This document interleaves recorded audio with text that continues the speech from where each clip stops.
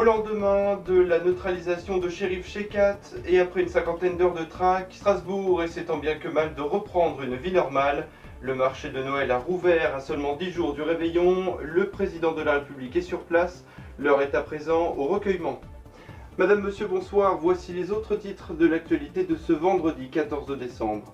Acte 5 des Gilets jaunes qui se profile demain. L'appel à la mobilisation est lancé partout en France et particulièrement en région parisienne où certains monuments vont rester ouverts. Le dispositif de sécurité devrait être renforcé. Et si vous n'avez pas terminé votre sapin de Noël, sachez qu'il n'est pas trop tard.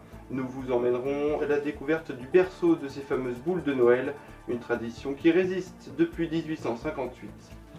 Enfin, l'une d'elles deviendra bientôt la reine de l'élégance française. Les 31 candidats de l'élection Miss France se préparent à la veille de celle-ci.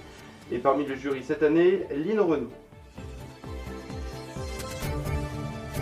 Shérif Shekat a été abattu hier soir aux alentours de 21 h par les forces de l'ordre. Le terroriste n'avait pas quitté Strasbourg et quelques minutes après l'annonce de sa mort, l'État islamique a annoncé son appartenance au mouvement. L'enquête se poursuit et le frère du terroriste serait fortement radicalisé depuis quelques mois.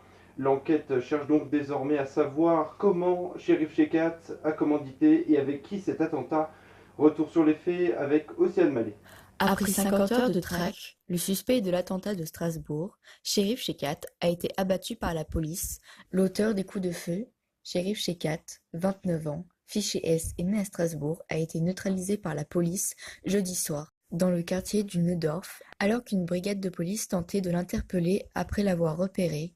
Shérif Shekat a ouvert le feu sur 3 fonctionnaires qui ont répliqué et l'ont abattu.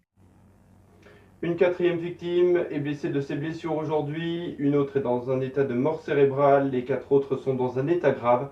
Les hommages se poursuivent à Strasbourg et vous le voyez sur ces images, Emmanuel Macron est sur place. Il a déposé une rose en hommage aux victimes. Le président qui revient d'ailleurs d'un conseil européen qui se tenait un peu plus tôt à Bruxelles. Emmanuel Macron devra rencontrer les victimes et familles des victimes et il a fait également la rencontre de certains riverains.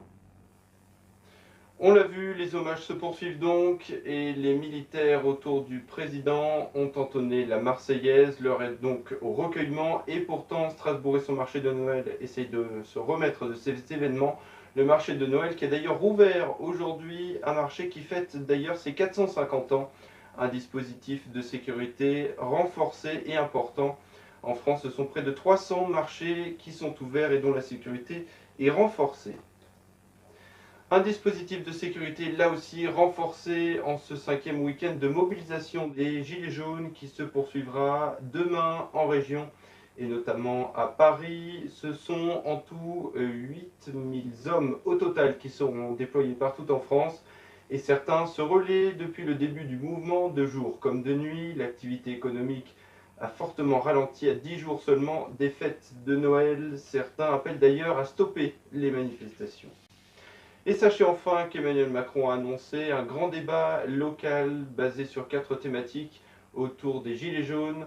Et les thèmes seront les suivants: la fiscalité, la transition écologique, le débat démocratique et enfin les services publics. Plus de précisions seront à venir dans les prochaines semaines, apprend-on. Autre manifestation cette fois-ci concernant les syndicats de la CGT qui demandent la hausse des salaires.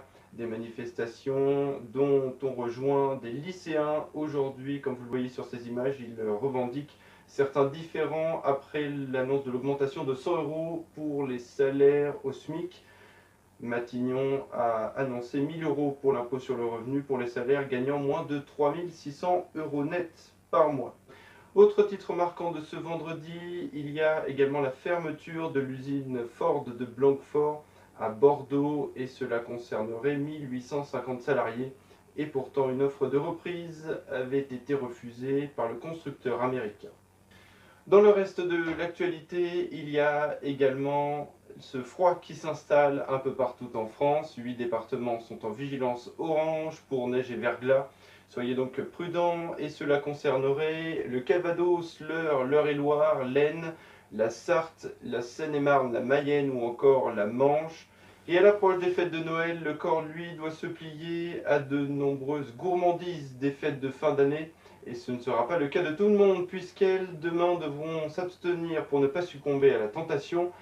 Se profilera donc l'élection Miss France. Les 30 candidates se préparent. Reportage Rémi Patin, Alexis Terrier et Valentin Page. Son étoile a brillé en cette soirée de stress et de paillettes.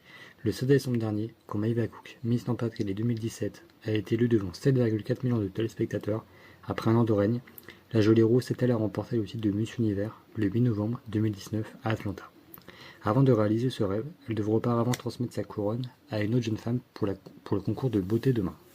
Après avoir fait partie du top 12 des sélectionnés l'an dernier pour Miss Monde, Maëva Cook, une fierté pour le Nord-Pas-de-Calais, puisque parmi les anciennes Miss figurent Camille Serre et Iris Mittener.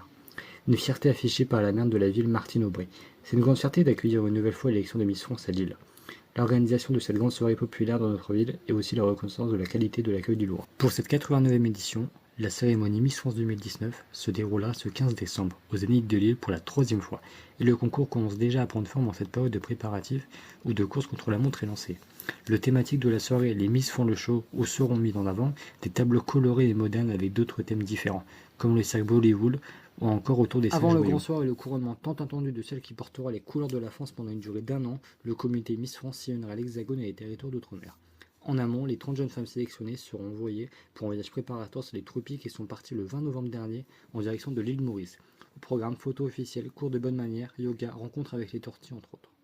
Cette année encore, la présentation de la cérémonie diffusée en direct sur TF1, animée par Jean-Pierre Foucault, la directrice générale de la société Miss France Sylvie Tellier. L'élection se déroulera à Lille. C'est naturellement une personnalité ch'ti qui présidera le jury, à savoir Lynn Renaud, qui aura donc l'honneur d'élire Miss France 2019. Haute nouveauté, un jury 100% féminin. Pour le moment, le casting n'est pas encore bouclé, mais Jennifer a annoncé à demi-mot sa présence lors de son passage dans l'émission Les Enfants de la télé sur France 2.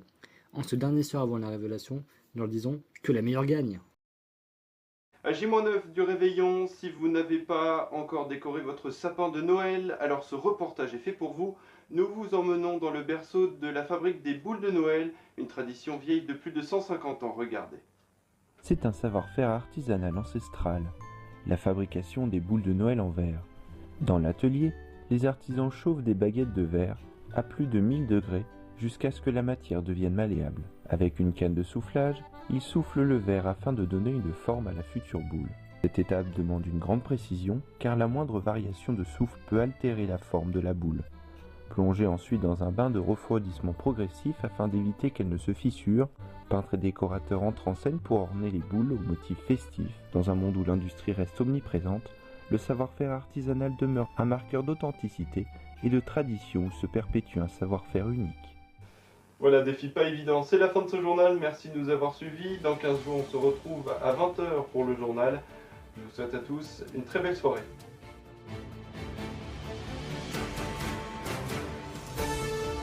Retrouvez toutes vos infos et en replay sur AR1 Inside News.